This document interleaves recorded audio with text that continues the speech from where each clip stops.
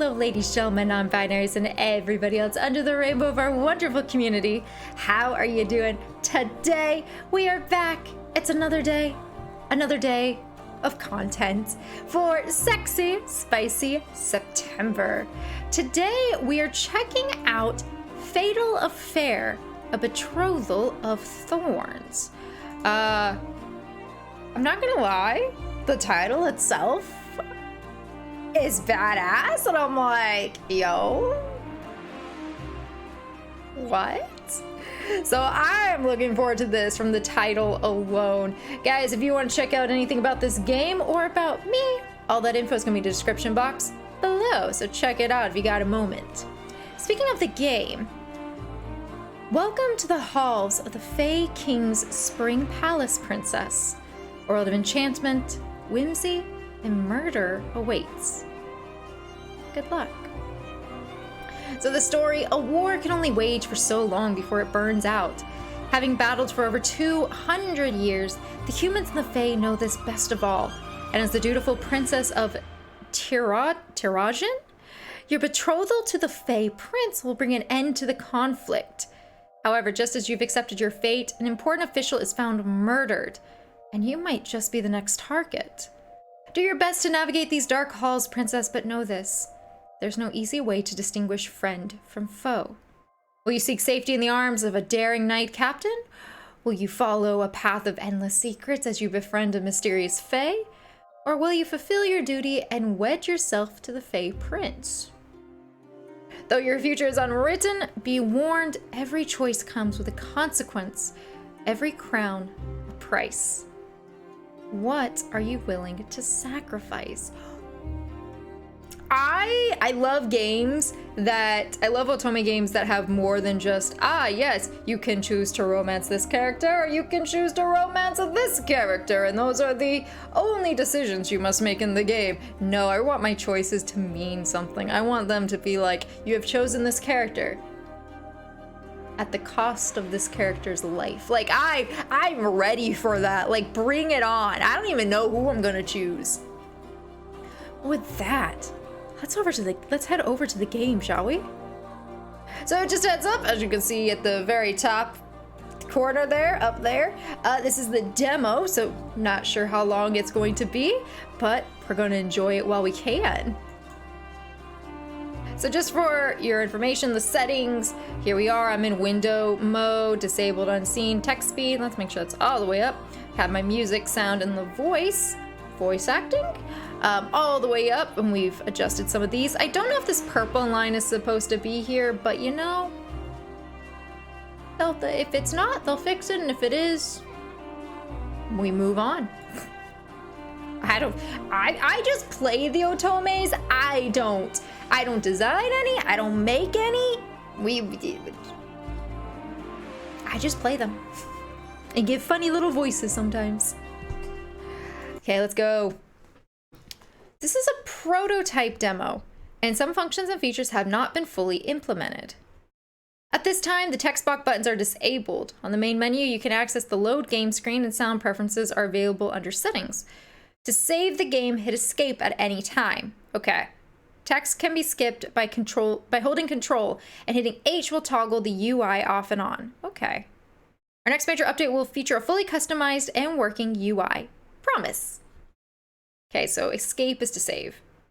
Name, Reaper. Princess Reaper has a great sound to it. Prologue, the ball. Ooh. So the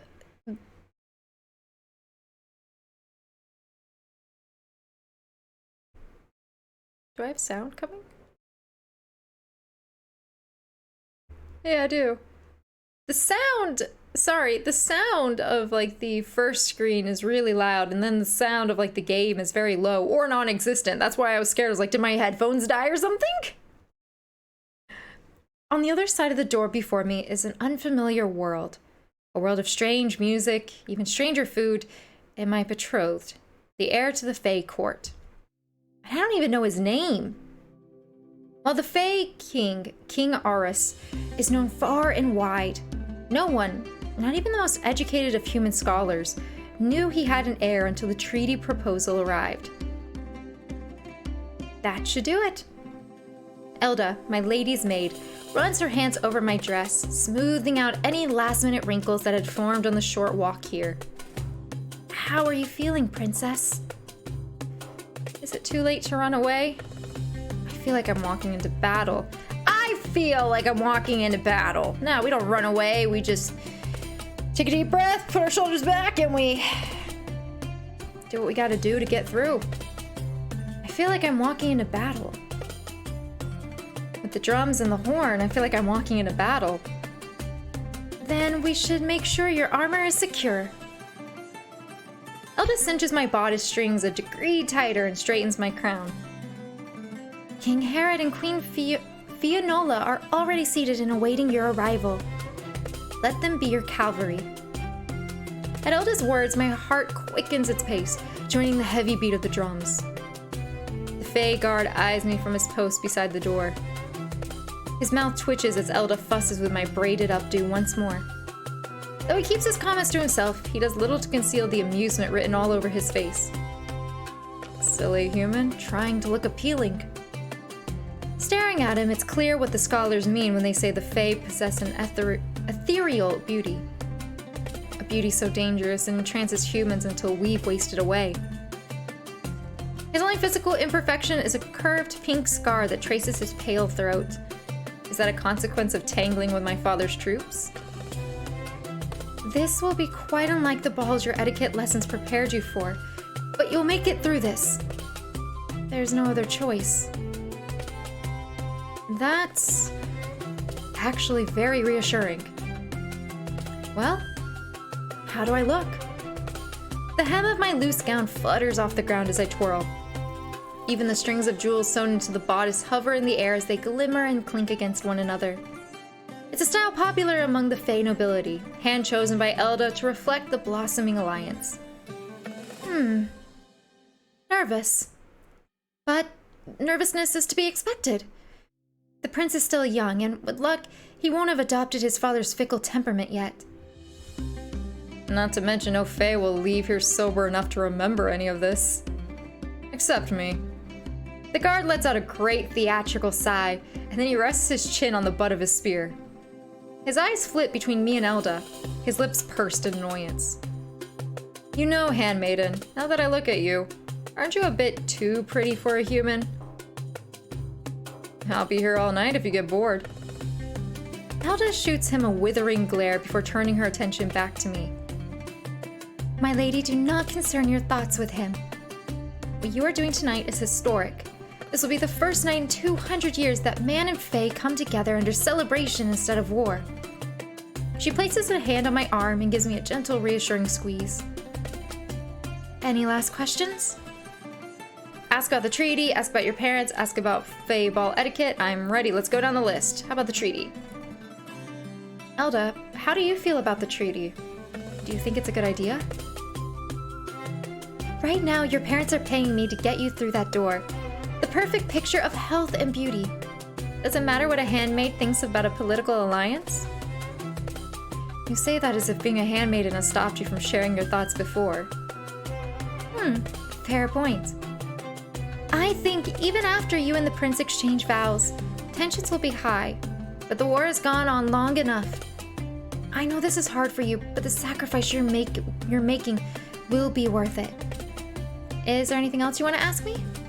Okay, my parents? You said my parents are already seated? Correct. Last I checked, King Herod seemed to be getting along well with the Fey King.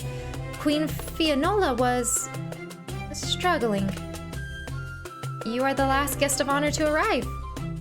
If it seems overwhelming, just remember, all you need to do is walk straight to the dais and take your seat. Once you're seated, dinner service will begin. Is there anything else? Okay, Fae ball etiquette. Any last advice for attending a Fae ball? I believe the Fae say, we drink to live another day. As tempting as it may be, it might be best to avoid the fairy wine. You won't be able to keep up. Does that mean you've tried their wine before? When? Nice try, but we are not shifting the focus onto me. Elda grins, and I know better than to push her. Is there anything else? I guess I'm ready. Maybe?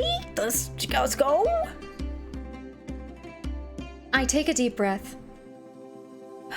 All right. I'm ready. Remember, head high, back straight. Elda gives my hand a final squeeze and then nods to the guard. Together, they move to open the heavy gilded doors.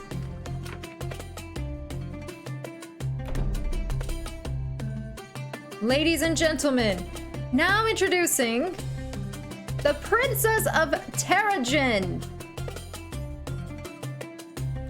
The Master of Ceremonies' booming voice fades as I step into the ballroom, and only scattered applause greets me. No Fae turn to look at me. Even the few humans in the audience are too absorbed in their own conversations to spare me a glance. I peek back, hoping for more reassurance from Elda, but the doors have already sealed shut. Already I can feel my shoulders wilting like a week-old flower. If I can't even command a ballroom's attention, how can I be expected to sow peace between the human and the Fae? Hopefully what the Fae guard said is true, and no one will remember tonight. The Master of Ceremonies clears his throat, drawing my attention. Good luck, Princess Reaper. You're going to need it. It's not going well. I nod in thanks, letting my gaze sweep over the strange ballroom before me. Set amongst floor-to-ceiling fabrics, rows of dense, untamed bracken and palms sprout along a winding canal. Mysterious lights glimmer and glisten in the darkest corners of the room, as if even the stars have come down from the skies to pay tribute. As I descend the stairs, someone meets my eyes.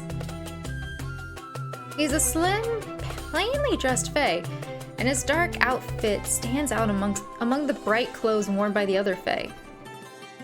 Though the heavy hood of his cloak obscured his face, even it can't hide the jagged, gruesome pink scar arcing down his face. I raise my hand to greet him, but he merely scowls and then vanishes into the crowd. I guess this is as warm of a welcome as I should have expected. With a dejected sigh, I turn back to the bustling ballroom. The dais sits in the center of the room, a foreboding reminder of why I'm really here.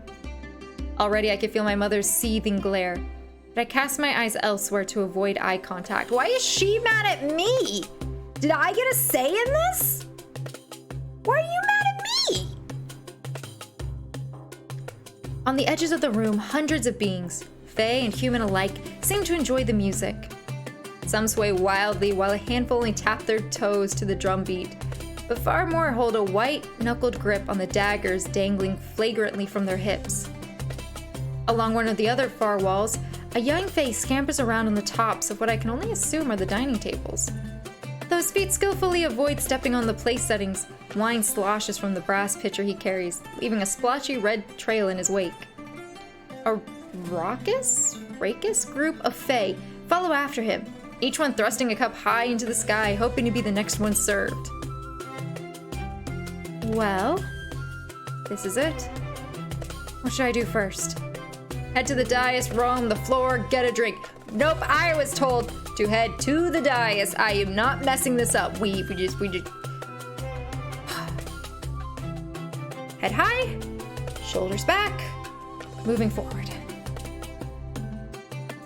Hesitantly, I thread my way through the crowd congregating at the base of the steps, veering straight for the dais. I guess there's no getting around it. Time to meet my betrothed. And finally, as I pass through draped curtains, the music dies. Roses and daggers, so we're still a prologue. Ooh, but the background is pretty. Oh, I like that. Unlike when I entered the room, all eyes are on me now, tracking my every movement. My pulse thrums in my ears, muffling all other noise. Like frantic bees, Elda's words reverberate, that's the word. Reverberate through my mind. Head high, back straight. Head high, back straight. I know it's silly to be this swamped by nerves, but when the prince's eyes meet mine, I falter. My seat is the last one open, situated between the prince and my mother. 5 small steps. That's all I need to take, and then dinner service will begin. I just need to move. But I can't. My feet refuse to budge like twisting roots have tangled around my ankles. Someone in the crowd snickers. I send a silent prayer to every named god I know, begging to disappear. But they don't answer. Of course not. I still can't urge my feet forward. I'm pinned in place under the pressure of hundreds of leering eyes. Luckily, the prince breaks our stare first. Compared to so many of the other fae I've seen tonight, he appears reserved.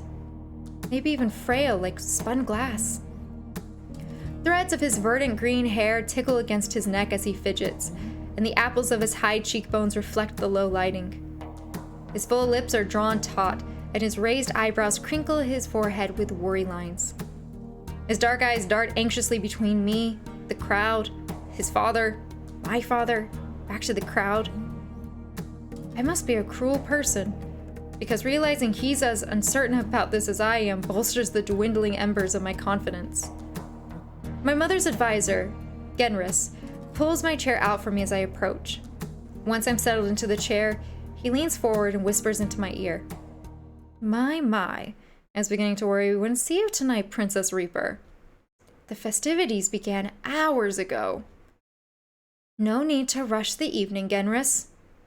Of course. Genris's bow is small as he returns to my mother's side, looming behind her like a scruffy bat.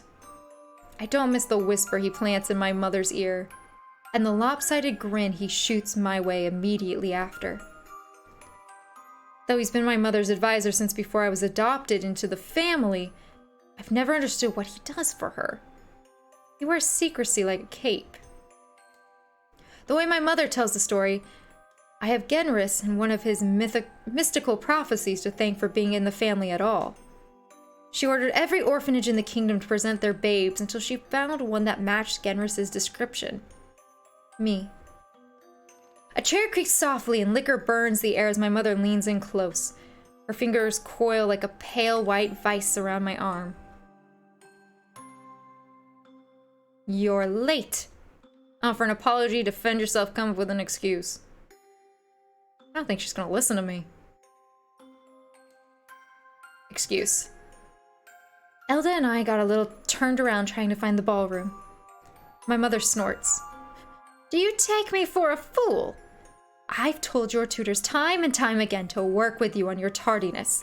It reeks of impropriety and ill breeding. And just look at your crown. You don't have it secured properly. Shameful Reaper. Here, let me. She reaches forward, but I shift to the other side of my chair, far enough away she can't touch my crown. Everything is fine, Mother. Fine? The chair creaks again as she leans back. I've had to suffer their glares for over an hour now. I could see it in their eyes. They're plotting something. Mother, please. We're among friends now, so try to enjoy the evening. Yes, that's what everyone keeps saying. She sips from her glass with a wince. Hard to believe this is what our new friends serve their guests. She's drunk. Did no one else get the memo not to drink this if we were human because it's gonna put us on our asses so fucking quickly? No better than drinking puddle water. I give her a consoling pat on the arm. She's cross, but that's the norm. She's drunk, but that's expected. And right now, there are far more important things to worry about.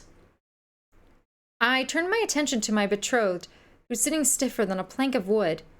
He hasn't spoken or attempted to get my attention since I sat down, because neither of you want to be in this predicament, I'm assuming. Only his eyes move, his gaze shifting across the room. He watches guests settle into the long dining tables, the swaying decorations draped from the ceiling, the nimble servants milling around the floor, and then finally, he chokes on his drink as our eyes meet. and his face turns 4 shades darker. Oh, he's a shy boy. Greetings.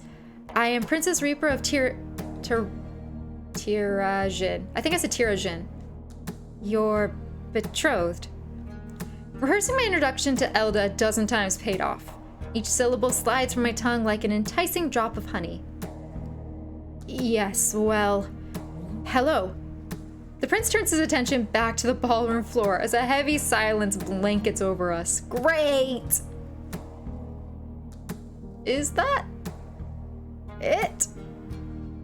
Shouldn't he introduce himself now?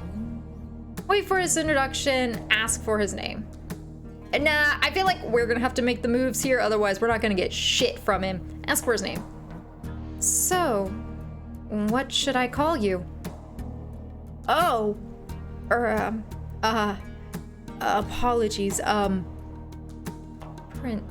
princess. He whispers the word, barely audible over the ballroom ambiance. I thought everyone already knew who I was. And now that I've said that, I feel very self-centered. The prince sighs and drops his gleaming red face into his hands. Ferraro. I'm gonna say Ferraro. Ferraro.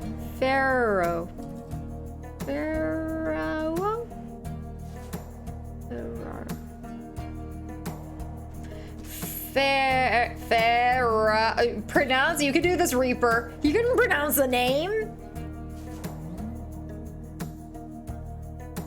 Ferruo. Let's say Ferruo. I know I'm like missing the A, but if I focus on that, I'm gonna be screwed. Ferruo. Let's go with Ferruo. Please call me Ferruo. It's an honor to meet you, Prince Ferruo. Thank you for hosting us. Your palace is breathtaking. Such unique architecture compared to the palaces back home. Another heavy blanket of silence follows my words as Ferruo, it'll take me a couple turns, guys, tugs on his earlobe. Occasionally, he casts uncertain glances my way. I'm nervous too. You're not like I imagined. You're looking at me like I've sprouted 2 heads. Just for the record, I'm nervous too, buddy. I lay a hand on his arm.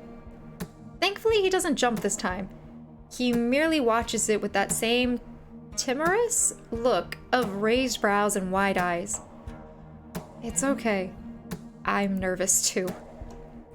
My tutors and handmaids have trained me for this most of my life, but now that it's real, I feel overwhelmed and out of place.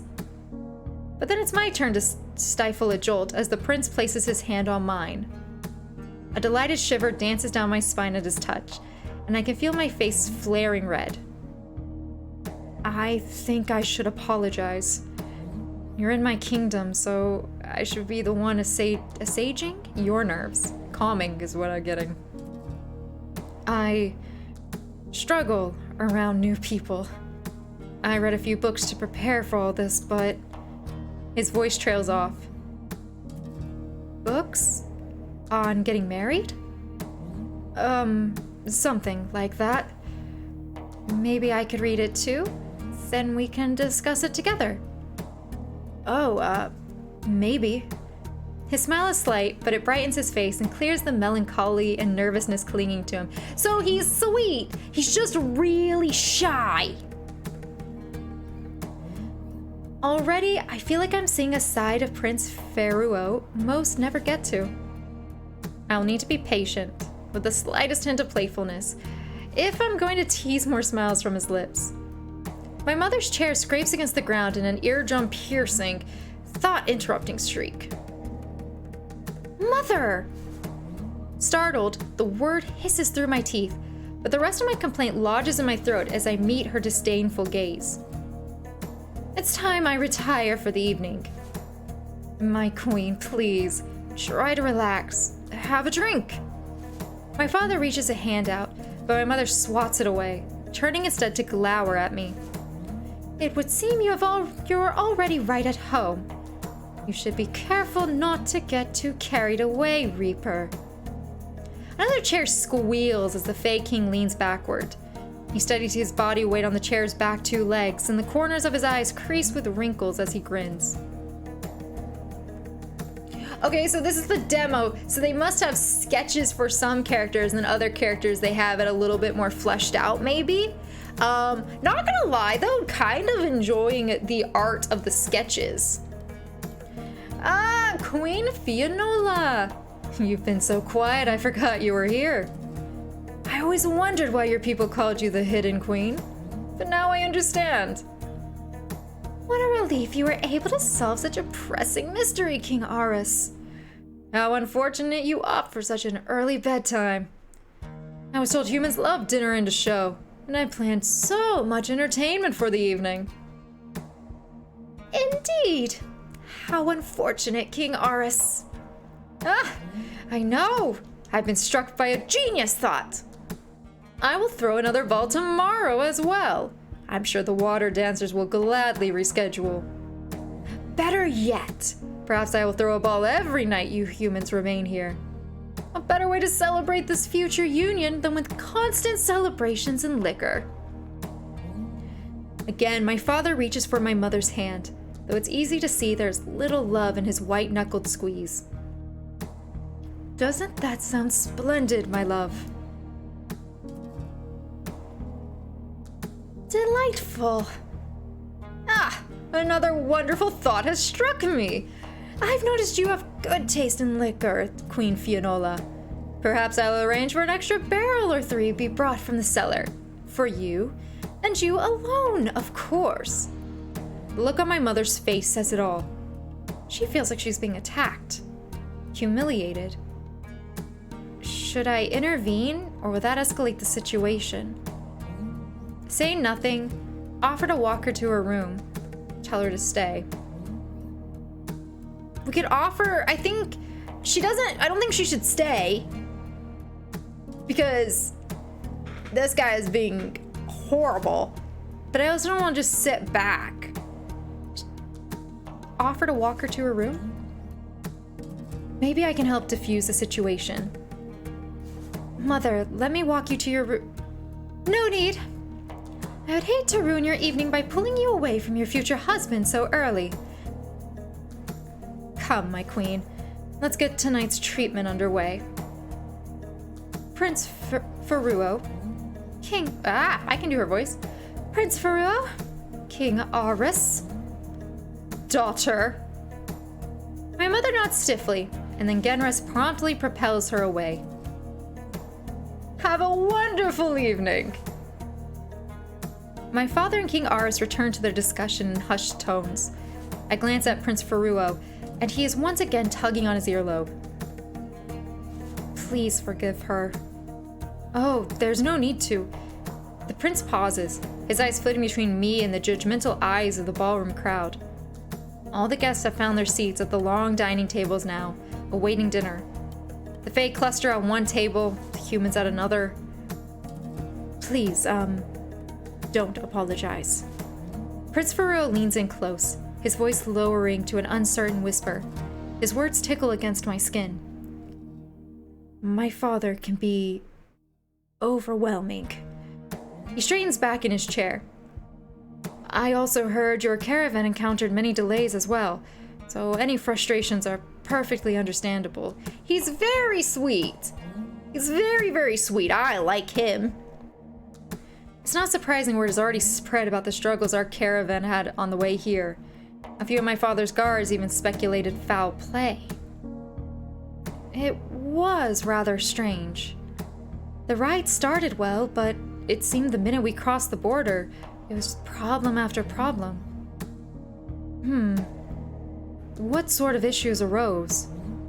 Oh, goodness, so many things. I don't even know where to start. Broken axles, sick ponies, missing provisions, it's all in the past. Sick ponies? It seemed like all the ponies grew sick at the same time. Throwing up, shaking, it was awful. We ended up having to walk the last few days to your castle. That is a little odd. I'm afraid ponies aren't native to the area, so it's hard to say. But perhaps they didn't take well to the change in water? A baby-faced servant enters the ballroom, his arms weighed down by platters of roasted red mushrooms, steamed leafy greens, each a different shade of celadon, and dark, colorfully veined cheeses. Can I just be honest that the only reason why I know how to say celadon is because that's a Pokemon city? Celadon City. That's the only way I know how to say that name. That is it. That word. That's it. Thank you, Pokemon! The servant behind him wheels a cart laden with unfamiliar but savory-looking dishes, until I spot it. In the center of the cart is a tray heaping with grilled quail. It's coated in an apricot orange glaze, and as it passes in front of the dais, notes of honey and rosemary set my mouth watering. I didn't know you had quail in the Fey Kingdoms. I was told their migratory patterns avoided the area. There's a small flock that inhabits an island in the Western Sea. I asked Yannick to catch some. I was told quail is one of your favorites. Maybe it was rude of me to assume. Oh, not at all. Thank you. That was very considerate of you. As shy as he is, an act like that shows how thoughtful Prince Faruo truly is.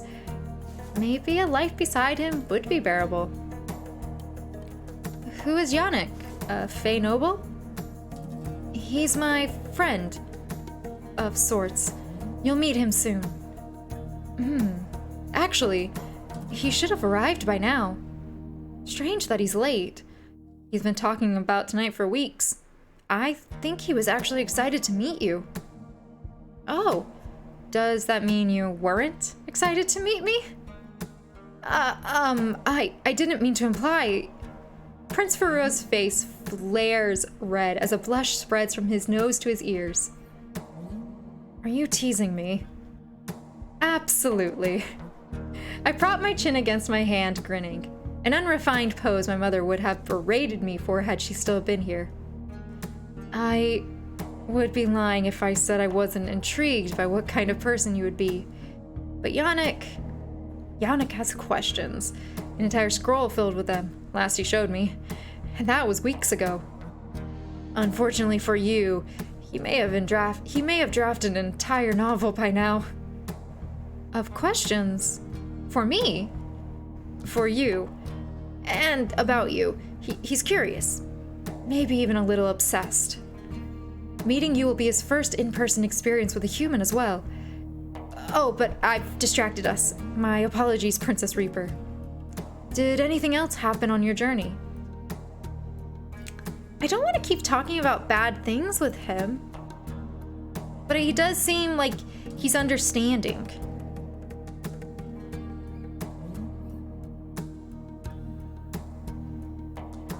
Broken axles? Let's continue, I guess.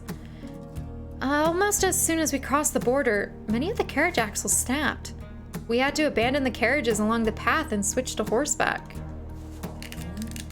That is unfortunate. My father decreed years ago that the wilds need to stay as natural as possible.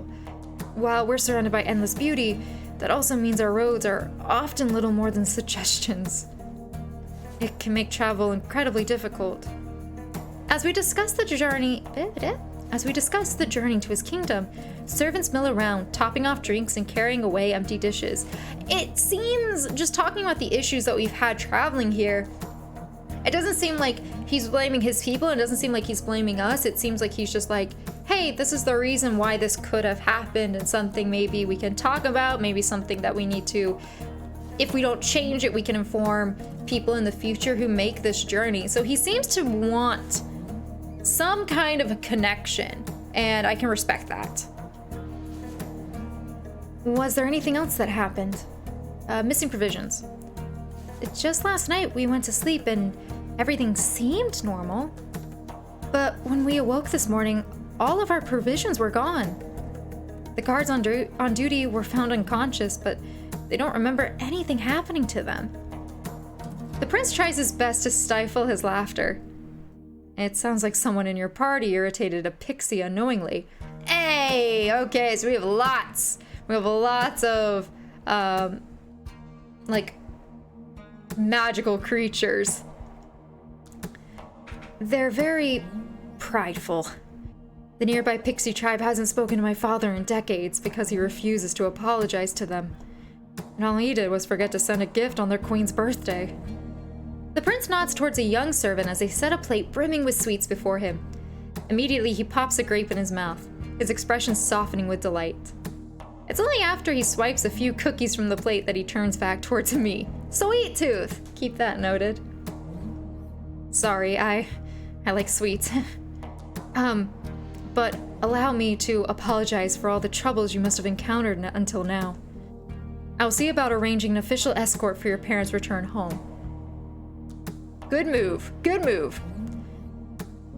I flinch up his words, lamely attempting to conceal my shock by reaching for my napkin. How stupid of me to not even realize that after the treaties are signed, the vows exchanged and the festivities concluded, I will be expected to stay here. Alone. Did I say something wrong? Was there anything else that happened? Oh, no. Not at all, Prince Faruo. It's all in the past. It was definitely the most eventful journey I've ever been on, but don't worry. It's all in the past. Regardless, it wasn't safe for you, and you were put in unnecessary danger. I should have pushed for my father to send an escort. This again. Prince Faruo jumps as King Aris smacks a palm against the table.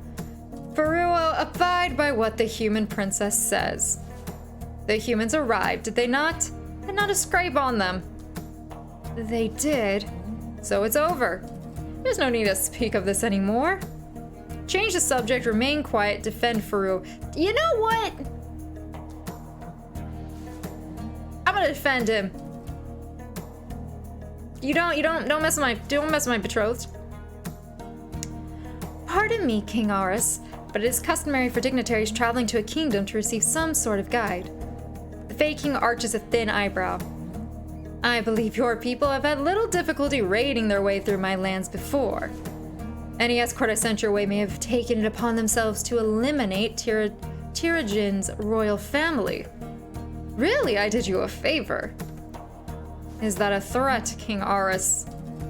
My father grips the edge of the table, the veins in his wrist popping beneath his skin. A threat? You think I make threats? He makes promises, I bet. Your own people come to my ballroom with their blades at their hips, and you think I make threats? No, my words are merely an acknowledgement of the situation we find ourselves in. Father, please. Well, none of that matters now. King Aris stands, his hands smacking against the table. He spreads his arms wide and all noise in the room ceases. Everyone turns to stare, waiting, watching. Tonight we welcome the joining of two kingdoms, human and Fey. Or something to that effect. He waves a hand dismissively and the dining table of Fey let out a collective chuckle. You all know the rest. Final treaties and the appropriate paperwork, endless paperwork, will be drafted in time. The Fey King turns towards me and Prince Faruo. So, my little lovebirds, when shall I schedule the wedding? Faruo and I exchange uncertain glances. All I can offer the prince is a small shrug. Well, 2 days from now, a week, a month. King Aris, let's not concern ourselves with the specifics for now. We will work through the remaining details in private. Pah! Nonsense. You humans live such much shorter lives, so we should make haste before you turn to dust. Well, what seems reasonable? I can pick for you if you like. The prince's hand is cool as he places it over mine. What do you think, princess? What do I think? Every other aspect of this treaty has been decided without my input. It's strange being asked for my opinion. Sorry, I paused because in the music, it's like this little like heartbeat sound or like a thumping of a heartbeat, and it like really set the tone for me in that moment. Anything I could have said is overshadowed as a Fey guard comes rushing in, disheveled and stained in blood. The entire ballroom turns to stare, hushed whispers already spreading through the ballroom. The guard halts before the dais, his breaths coming in short pants. High Priest Artemio has been murdered. Dun, dun, dun! This concludes the currently playable demo. However, there's so much more to come. Want game updates? There's the Twitter, there's the Tumblr, there's the Itch.io, which is where I got this game from. Well, I read that at a good timing. Okay!